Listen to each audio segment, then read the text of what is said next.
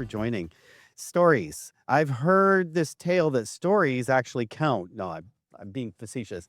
Stories, for PR pros, every single PR pro knows that that is the magic elixir to get through to the human brain. But you've codified stories such an amazing way, and you gave a presentation here at IBC World Conference in Toronto talking about 5 tips to create memorable, sticky stories.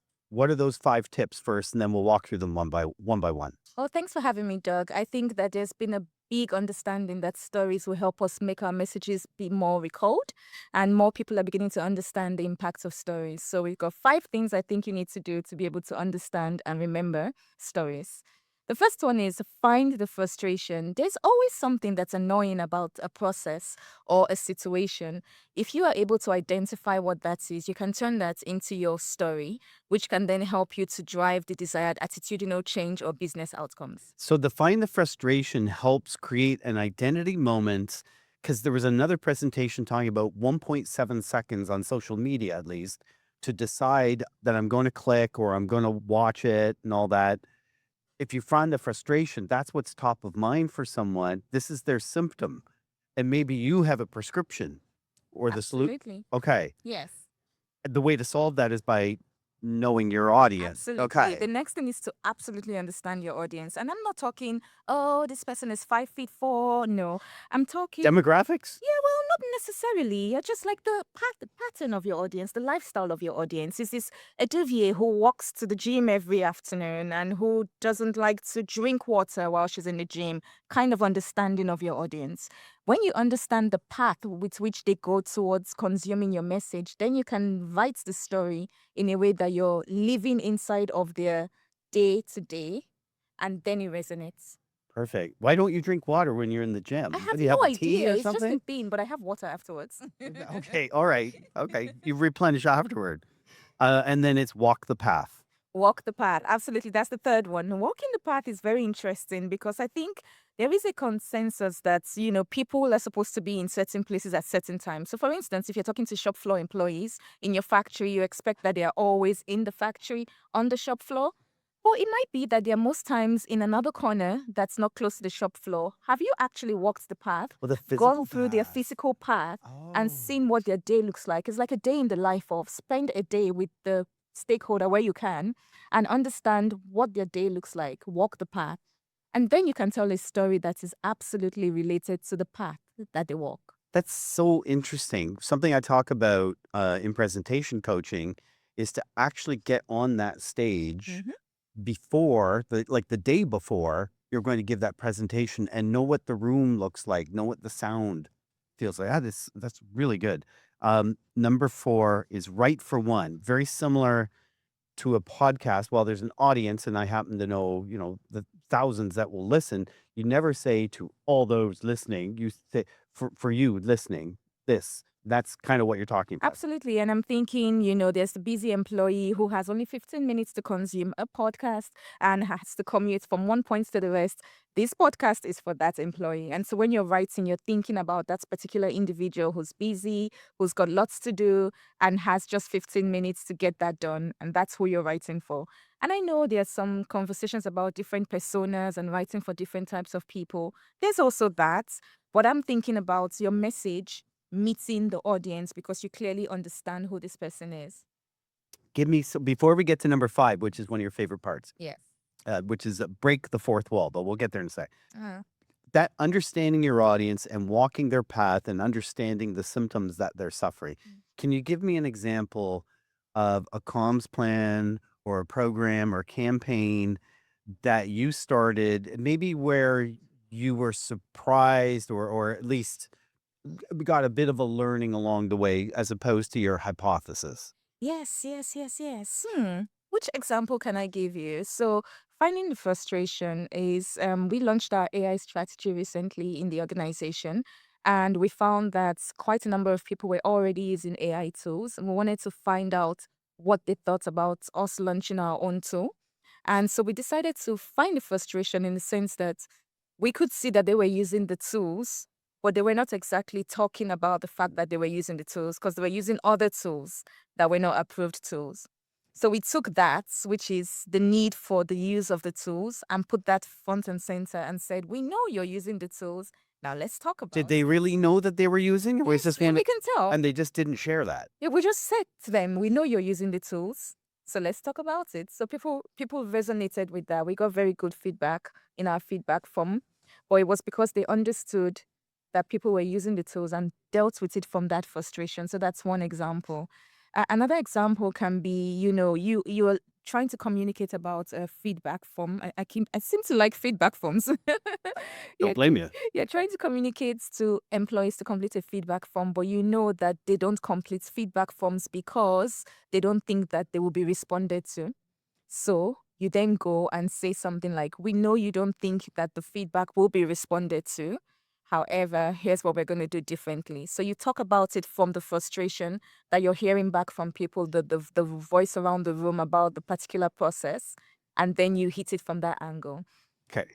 Tell you a quick story. You tell me what you think of this strategy. It was the CEO of the Marriott doing an interview on a business media show. And they were just at that point where, those little shampoos and conditioners in the little bottles, and we all steal them and take them home when we go to the hotel. And they were just getting rid of those and putting the fixtures on the walls. And he knew intuitively that people would get ticked off because I expect to steal my shampoo and my conditioner and my soap and all that stuff.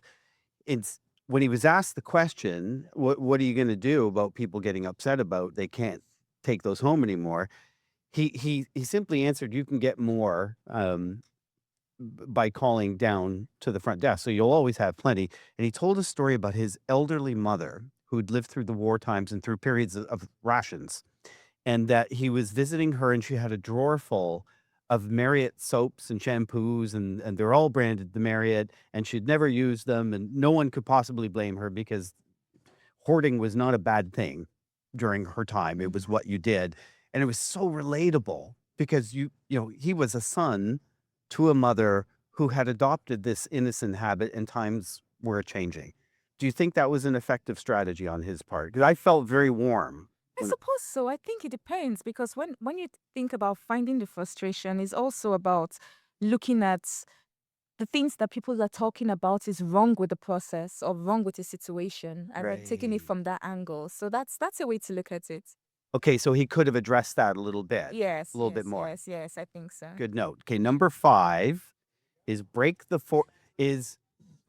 fourth wall. Ooh, that's my favorite one. I just want to talk about it. So I'm talking Deadpool, The Office, Fleabag. If you've watched all of those movies where the character comes out of character and is staring you right in the face, that is She's breaking talking the about fourth wall. staring you in the face. So Yes, sorry, go on. Yes, staring you yeah. in the face. Yeah. I love it. See, we have to come out of character sometimes. You know, when you're expecting a story to go a particular way and then it doesn't. That's my favorite part. I think the shock factor, the disruptive element of it is brilliant. It's almost like coming out of character. I've seen this play across multiple platforms. Let's use an example of a video I watched with a CEO talking about deepfakes. He's watching a video of himself. And we, first of all, the audience sees the video of the CEO talking about deepfakes and how you should be careful and mindful of deepfakes. The camera then pans over to, some screeches, and, you can see there's like some screeches in the videos, like, what is going on? And then the next thing you see an actual CEO staring at a laptop and thinking, that's not me. And then the ad kicks off and he's like, that's not me. So he's speaking peace to camera. And it's like, that's not me. That's a fake of me. And that's why you shouldn't believe everything that you see. So that's almost breaking the fourth wall, coming out of that character and, driving the key message. So that's one example. So is that because it's authentic? Is it because we're breaking the pattern? Suddenly there's the red M&M in the bowl of blue M&Ms. So is all of those pieces together? Absolutely. I think that's it. It works so good. I used it recently for one of our AI strategies where we were trying to draft a note Mhm. for employees to encourage them to actually come to the town hall to hear about the AI strategy we're launching. And we said to them, well, let AI smoothing your processes. This is actually a shameless attempt to try and make smoothing rhyme with smoothies, only because we want you to come over to the town hall and grab a smoothie. And somewhere in there, I list that in with, we've written it with, co-pilot, by the way. See you at the town hall. And it got quite a rave review because people were, I mean, you'd be like, what is this? This is very cheesy. What do you mean AI smoothing your process? Grab a free smoothie. What is this cheesy message? I'm like, oh, by the way, we wrote it with AI, but see you at the town hall. There's a voucher in there for you. So it's almost like putting in some humor and some breaking the pattern to Mm. get people to listen to your message a bit more. So you're telling a story with that dimension. You know what you're making me thinking of is social media clips, the ones that are effective that influencers do. It's just to hold your phone Yeah, and to like walk and talk with your phone, exactly. and you can get one of those devices that levels the shot, I guess. But actually, kind of the sloppier, the better. Yeah, raw, unfiltered is what people are going for these days. Yeah. That's more authentic. Away from the AI slop, everyone is now craving a bit more authentic. So, yeah, I think it's absolutely something you need to do. Find the frustration, walk the path. You also have to write for one. You also have Mhm. to break the fourth wall and absolutely know your audience. So, those are the key things I think you need to do to create more memorable messages. Okay, chef, I have the recipe. Now tell me the cooking instructions to put together an effective story. I'm assuming that identity moment, that symptom, that pain needs to come pretty quickly. And then Aristotle said stories need to have a character, Mhm. they need to have a challenge Yes. and a growth of some kind, an Yes. outcome. What's the cooking recipe? I mean, Because you definitely know need what? to. In all honesty, if I hear someone try a story Yeah. and it's boring as hell, it's such a turnoff. Yeah. It feels manufactured. Yeah, absolutely. I mean, just like you, I used to be really critical of stories. I'm just like, I don't have the patience for this. Get to it. Where are you going with this? You Right. know, this is like, what I'm is not this? in the Yeah, story. so what is going on? So for me, you just need to remember that the story needs to have a beginning, a middle, and an end. No faff. Get to the point. Whatever it is you're trying to say, every story you tell needs to have a an angle. Where exactly are you going with this? And it needs to be concise, in my opinion. I also think that you need to have a character worth fighting for, and we need to fall in love with this character worth fighting for. If it's you, if it's a friend, if it's an aunt, forget about the data or the details. Don't get stuck in oh, it was 18 years ago, or was it 20, or was it 25? No one Right. cares.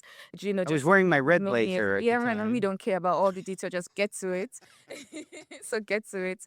Then also you need to think about what you're trying to achieve, what you want the audience to feel afterwards, and just be honed in on that. And sometimes you have some storytellers play to the audience, and when the audience starts laughing, they then try to embellish that element of the story, and then we're just going on and on and on.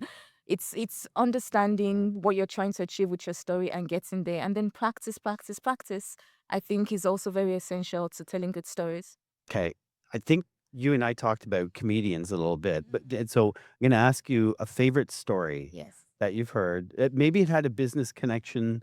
Maybe it was just a story that really, really stuck with you, and something preferably that you can do in like 60 seconds or so that stands out. For me, it's an old country song by a guy named Don Williams called Senorita, and it's about a young cowboy and a Mexican girl, and he's worried that he'll never be able to fall in love with her Mhm. because of all the range wars. And he introduces himself and he tips his cap. And by the spring rains, they're married. And Mhm. then he says, there's an old story that my family has always told. It's about a young cowboy and a Mexican girl. Mm. That's a heck of a story. Yeah. But what story stands out to you? I've been quite big on financial books lately, and I really like Rich Dad Poor Dad. I like the way Roberts, what's his last name? Zikawa. I'm gonna mispronounce it now, but Roberts, whoever wrote the Rich Dad Poor Dad story, Oh, Kawasaki. Kawasaki. Yeah, That's the yeah. one. I thought that was the name of the bike. So okay, Kawasaki. Kiyosaki. Richard Kiyosaki. Yeah. You're right. You're right. Okay. So, which is what I was gonna call him was Kawasaki as well. Yeah. I wasn't sure. Anyway, I like Rich Dad Poor Dad because the story is very. Every story has a moral. I'm one of those who I cannot stand The Boys. I don't know if you know The Boys, the series on the Amazon Prime series called The Boys. Yes. I cannot stand a story that doesn't have a moral at the end of it. So I like a story that leads to something that leads you to do something better or become a better version of yourself. So what I like about the Rich Dad Poor Dad stories is it tells a story about his dad gave him money to go do something. He came back, and at the end of the day, he did X. And you can tell that, you're rooting for him because you can see him try to be better more than himself. And then you can see him achieve his objective at the end, and that makes you feel happy for him. So I want a character worth fighting for. I'm rooting for you till the end. You need to have layers to yourself, absolutely. But you also have to be someone that I want to back. And then at the end you win. There has to be a hero, there needs to be victory, some kind of yay moments, Mm. or Or not, or in tragedy. tragedy Yeah, is yeah. fine, it's also fine, but there needs to be like a climax, if I can use the word, Yep. and that's what I'm thinking about for a good story. So I like that. And I'm also reading Obvious Adam, which was gifted to me by my boss. And Obvious Adam is about a salesman and how he's puts his fingerprint on multiple things in the advertising world. Or it talks about it in a story format where this boy is very unassuming, but he's determined to be the best at sales. And he goes and pitches himself to someone who's the best at sales and says, I'm going to work for you. And the person says, I don't think you can work for me. You have no skills. And he's like, no, I'm going to work for you. And then you're like, oh my God, is he going to work for him? You're now invested. And you're like, I want him to work for him. He's a character worth fighting for. And at the very end, he does get to work for him. He gets to be his VP. He gets to be the biggest in the organization. And you're like, that's brilliant. That's, assuring that there's still some good in the world out there. That's fantastic. I'm so glad we finally caught up late in the final afternoon Mm. of the conference, but we finally caught up to do this. Thank you for your time. Thank you for having me, Doug.